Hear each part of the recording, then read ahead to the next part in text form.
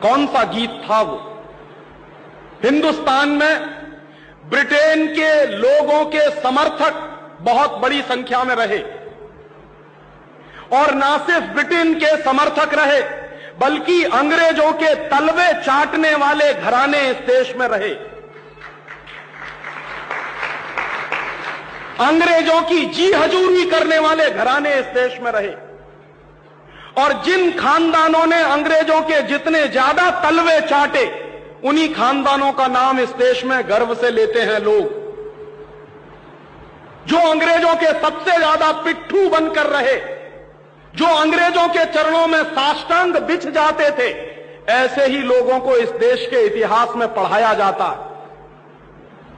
और ऐसा ही एक खानदान था जो अंग्रेजों की गुलामी में आकंठ डूबा हुआ था। उस खानदान का नाम था टैगोर खानदान। और उस टैगोर खानदान का एक व्यक्ति था जिसका नाम था रविंद्रनाथ टैगोर। उस रविंद्रनाथ टैगोर ने जॉर्ज पंचम के स्वागत के लिए एक गीत लिख दिया था। और ना सिर्फ उस आदमी ने वो गीत लिखा, बल्कि कलकत्ता में जब जॉर्ज पंचम पहुंचा और उस भरी सभा में जहां लाखों लोग उपस्थित थे, हिंदुस्तान की गुलामी का गीत गाया गया और ब्रिटेन के राजा का सम्मान किया गया। और यह काम रविंद्रनाथ टैगोर ने अपने मुंह से किया। और वो गीत कौन सा था जो रविंद्रनाथ टैगोर ने इंग्लैंड के राजा की स्तुति का गान करते हुए लिखा था?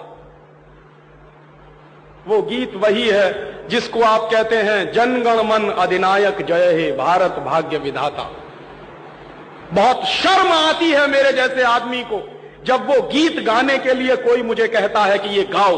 क्यों गाएं उस गीत को?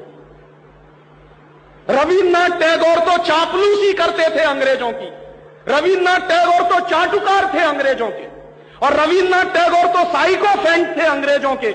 इसलिए उन्होंने अंग्रेजों के राजा के सम्मान में वो गीत लिखा था। मैं तो नहीं हूं, मुझे तो अंग्रेजों की चापलूसी से कोई मतलब नहीं है। मैं तो अंग्रेजों का उससे ज्यादा विरोधी हूं जितना कोई हो सकता।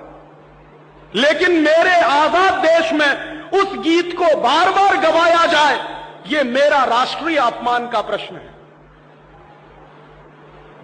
और जिस गीत को अंग्रेजों के राजा जॉर्ज पंचम के स्वागत में गाया था रविन्द्रनाथ टैगोर ने, वही गीत 5 दिन पहले दिल्ली के एयरपोर्ट पर गाया गया महारानी के सम्मान में। आपने कभी ध्यान दिया है उस गीत के शब्द क्या हैं और उन शब्दों का मतलब क्या है? जनगण मन अधिनायक जय हे, हिंदुस्तान की जनता के मनों के अधिनायक तुम्हारी जय हो, ये मतलब है। जनगण मन अधिनायक जय है माने जॉर्ज पंचम तुम हिंदुस्तान की जनता के मनों के, जनता के गणों के अधिनायक हो, सुपर बॉस हो, इसलिए तुम्हारी जय हो। ये रविन्द्रनाथ टैगोर गा रहे हैं। भला इससे ज्यादा चाटुकारिता का दूसरा कोई प्रमाण मिल सकता? इससे ज्यादा साइकोफेंसी का दूसरा कोई प्रमाण आपको मिल सकता? और दूसरी लाइन है जनगण मन अधिनायक जय है, भारत भाग्य विधाता, माने तुम भारत के भाग्य विधाता हो, माने हमारा भाग्य तुम लिख रहे हो। यह तो कोई भगवान से भी नहीं कहता है। लेकिन रविन्द्रनाथ टैगोर ने तो हिंदुस्तान के साम्राज्यवादी राजा का प्रतीक जो जॉर्ज पंचम था, उसको भगवान से भी ऊपर रख दिया था कि तुम तो भारत के भाग्य विधाता हो। पंजाब सिंध गुजरात मराठा द्राविड़ उत्कल बंग, विंध्य हिमाचल यमुना जंगा, उच्छल जलधि तिरंग, तब शुभ नामे जागे तब शुभ आशीष मांगे। माने पंजाब सिंध गुजरात मराठा द्राविड़ उत्कल बंग, ये सारा हिंदुस्तानी इलाका तुम्हारे लिए आशीष मांग रहा है, तब शुभ आशीष मांगे। तुम्हारी भलाई की प्रार्थना कर रहा है।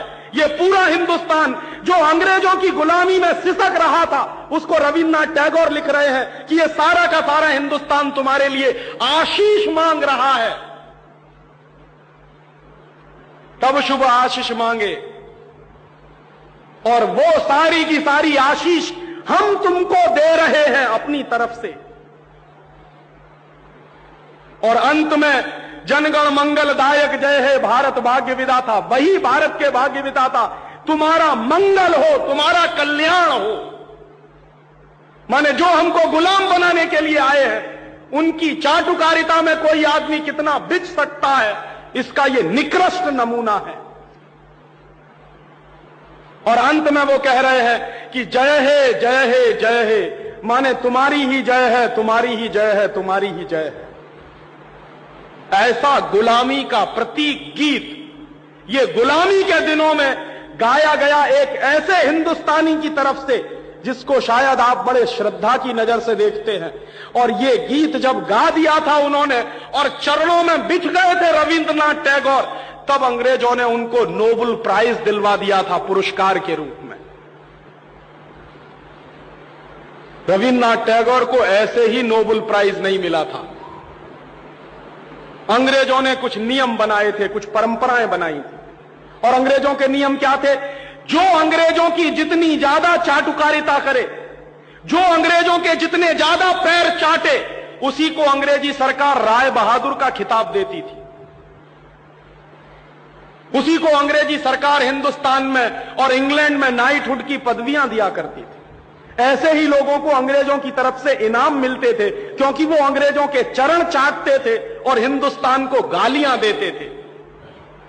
और ऐसे चरण चाटू लोग, आपने नाम सुना है, हिंदुस्तान के राजाओं के दरबार में कुछ चारण और भाट हुआ करते थे। वो चारण और भाट क्या करते थे? राजा चाहे जितना गंदा हो, चाहे जितना बदमाश हो, चाहे जितना लफंगा हो, लुच्चा हो, वो चारण और भाट हमेशा राजा की प्रशंसा ही करते थे। बदले में राजा उनको कुछ इनाम बांटता था। ऐसे चारण भाटों का खानदान है ये टैगोर खानदान, जिन्होंने ये गीत लिखा है। और मेरा अंदर से रोम रोम कांप जाता है जब कोई मुझे कहता है कि राजीव भाई जनगणमन गाइए। क्यों गाएं? हिंदुस्तान का गीत नहीं है जनगणमन अधिनायक जय। हिंदुस्तान का गीत तो वंदे मातरम रहा है।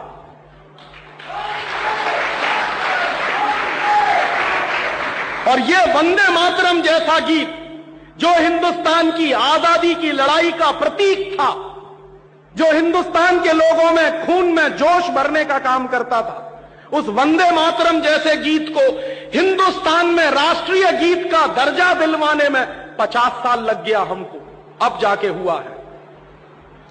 लेकिन जो गुलामी के जमाने का गीत था जनगणमन अधिनायक जय है, वो आजादी के तुरंत बाद हिंदुस्तान के उन गुलाम लोगों ने, जो शरीर से आजाद होंगे लेकिन दिमाग से गुलाम होंगे, हिंदुस्तान का राष्ट्रीय गीत बनाया था उन्होंने। और आप में से बहुत कम लोग जानते होंगे कि कांग्रेस के 2 अधिवेशन हुए थे, जिन दोनों अधिवेशनों में यह फैसला हुआ था सर्वसम्मति से कि हिंदुस्तान की आजादी के बाद जनगणमन हमारा राष्ट्रीय गीत नहीं रहेगा।